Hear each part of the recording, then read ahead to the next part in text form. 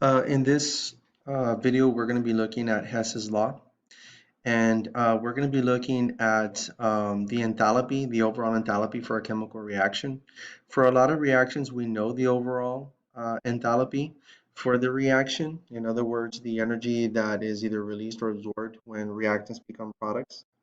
But there are going to be some reactions that we don't know that value for. But because we know the value of the enthalpy for individual steps that lead up to the formation of those products, we can combine those reactions and add up their values to determine the overall enthalpy change that occurred in a reaction for which we don't know that.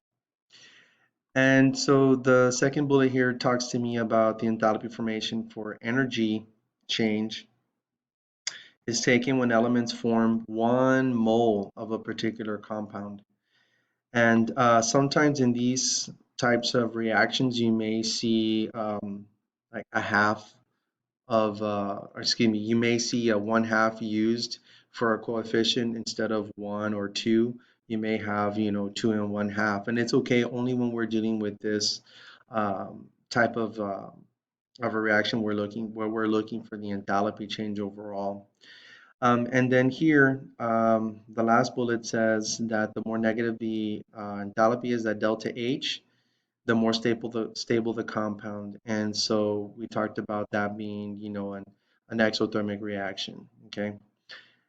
There are two things that we need to look at, or two rules we need to remember when we're dealing with Hess's law.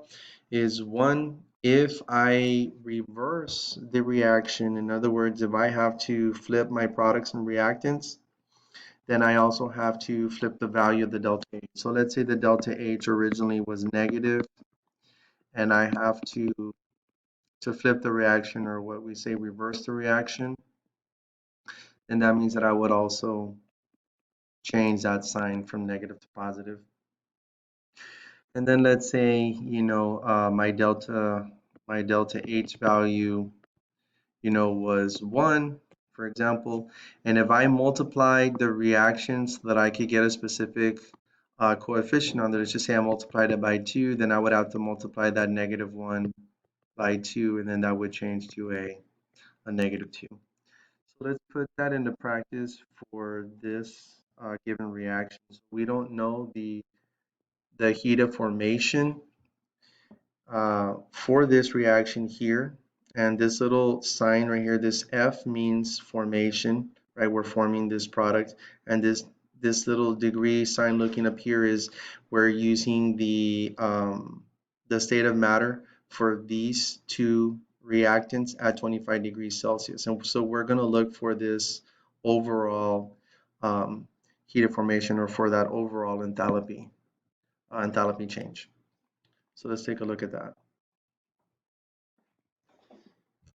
So what I want to do is at the very end, when I add up these three reactions and I add up their energies, I want this reaction to look just like the one above, the one that I just, circled here with this. And let me highlight it instead. This reaction here that I'm highlighting over the top. So I see that carbon on the overall reaction on top is on my reactant side. And so this first equation here has carbon on the reactant side, so that matches. And also the number of carbons here is 1, and the number of carbons here is also 1. So that reaction is not going to change. So it's going to stay the same.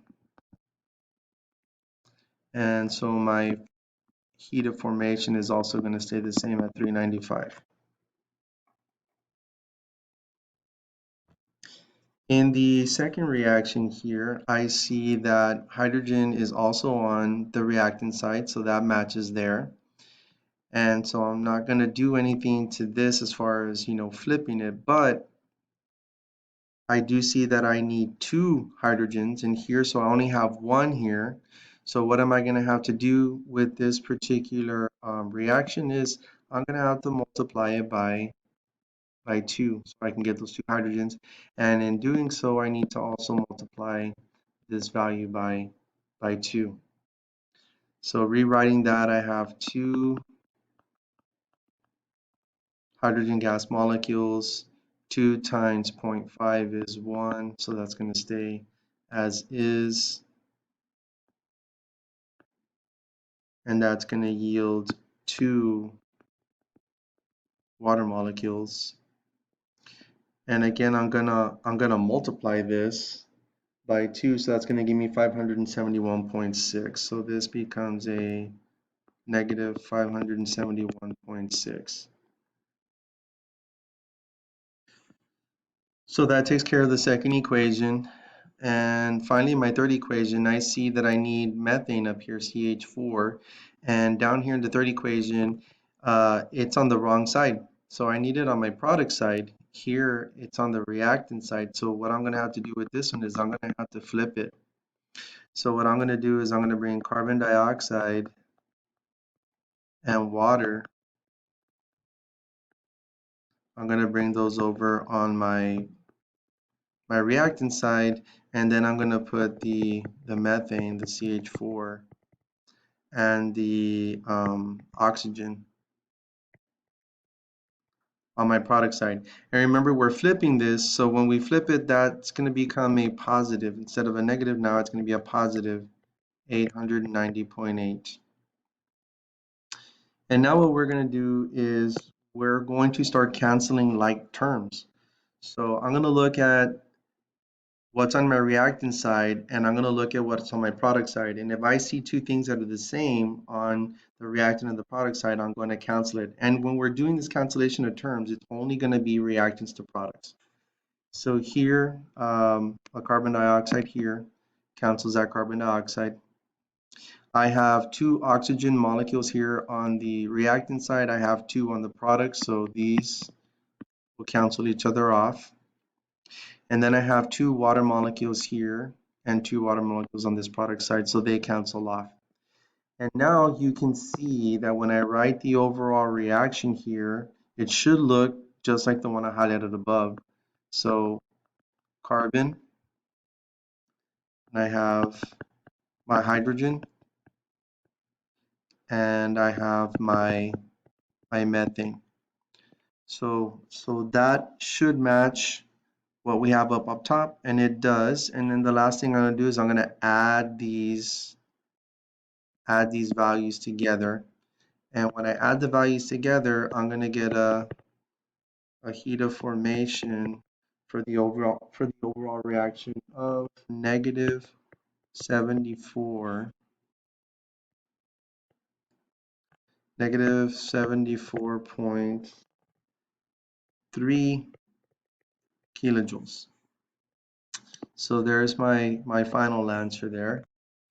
And just, if a question comes up asking you, was this a exothermic or endothermic reaction, you can see that it's a negative value for that delta 8, so that would be an exothermic reaction.